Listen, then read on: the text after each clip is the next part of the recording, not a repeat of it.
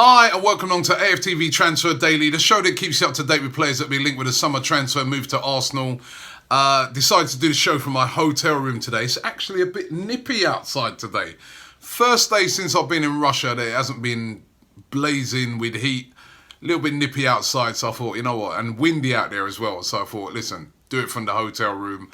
Also, I was out till quite late last night and had quite a few vodkas, man, and I think, it's taking its toll. They got this vodka that they was giving me out here where it has some little bit of syrup in the bottom and Tabasco. Listen, I'm not recommending too many of those, or well, if you do, don't be looking to wake up early the next morning. But listen, we got Transfer Daily. By the way, two great games yesterday. Brazil versus Mexico, that was brilliant. And also Japan versus Belgium, probably one of the best games of the tournament. Fantastic. Make sure you check out the vlog that I done from over here in Russia. We was in the fan park with the Mexicans and the Brazilians watching that game. It's absolutely brilliant. Make sure you check that out. But listen, whilst all that was going on yesterday, Sokratis finally signed for Arsenal. I've been saying since last week that it looks like it was going to get announced early this week, and it was announced yesterday. The worst kept secret in football. Sokratis Popopoulos announced as the new centre-back here at Arsenal Football Club, and it is a welcome addition. We know that we've had so many problems in that area. Last season, Mustafi and Koscielny not up to scratch, and we definitely needed some experience. We definitely need some leadership in that area, and Sokratis hopefully is going to come in and do the business. Now, he's been handed the number 5 shirt. He will wear number 5, and his quotes yesterday, amongst many, were that I feel very good. It's my first day here, and everything is special. And he's certainly looking forward to putting on that Arsenal shirt and running out there at the Emirates and playing in front of the thousands of fans that hopefully are going to be supporting him and adoring him. Now, he should be able to fit in pretty easily in that he's got a couple of mates there. He'll know Sven Mislintat, obviously, from his days at Borussia Dortmund. He's also going to know Pierre-Emerick Aubameyang, and he's also going to know Henrik Mkhitaryan from his days. I mean, we're becoming the Dortmund feeder club, or Dortmund are our feeder club at the moment. We've got so many players from Borussia Dortmund and so many players from Germany at the moment coming into Arsenal. But certainly he should be able to fit in pretty easily. And he actually said that, he'd spoken several times on the phone to Pierre-Emerick Aubameyang and also to Mkhitaryan, and they both had advised him to join Arsenal. So let's hope that he's going to be a great signing for us. Let's hope that he's going to be solid at the back. We really need to sort that defence out, and I think this is a good step in doing that, in bringing in such an experienced player.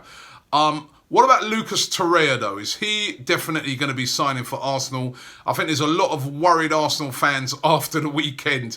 When they saw how well he played in that game against Argentina, there's a lot of fans saying, you know what? He was sort of under the radar.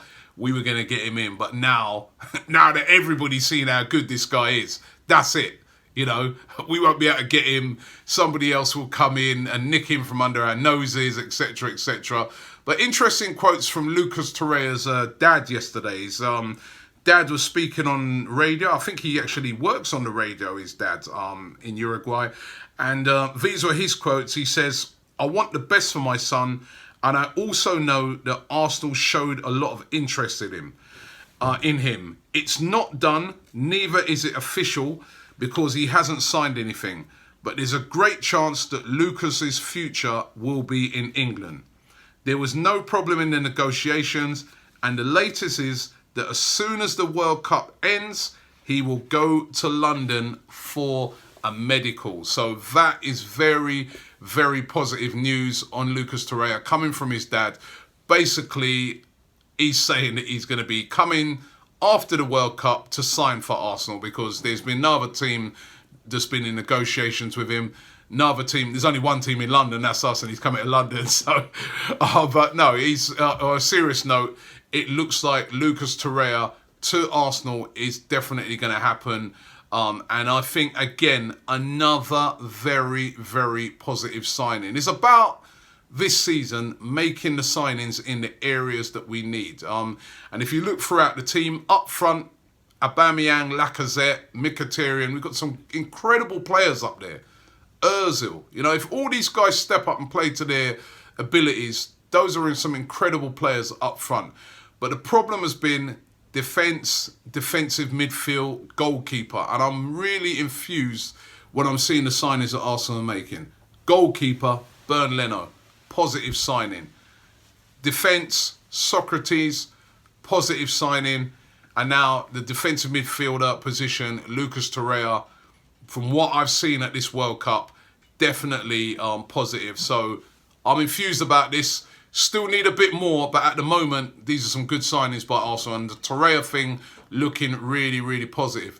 Now, this one's a bit left field. Arsenal linked today with Florian Thauvin. Now, you would have remembered Florian Thauvin. He was at Newcastle. I think he's only there for about 6 months. Had a terrible time at Newcastle, but he is actually a real quality player. When Newcastle signed him, he came there really, really highly rated. Didn't work out for him at Newcastle, and he went back to France and went to Marseille. Now, he had a great season last season at Marseille, scored 26 goals and had 18 assists. That's incredible.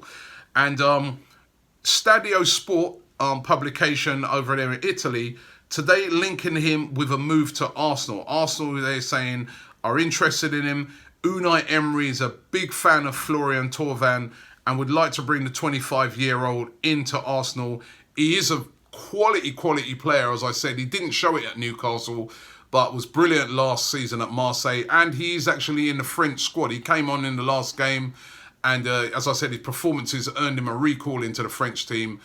And could Thauvin be on his way to Arsenal? And could he be a player that's like coming to the age where he's going to realise his potential? We'll have to wait and see. I mean, the thing is, Marseille will demand a high fee for this guy. You'd probably be talking upwards from 30 million plus for Thauvin because, as I said, he did have a great season.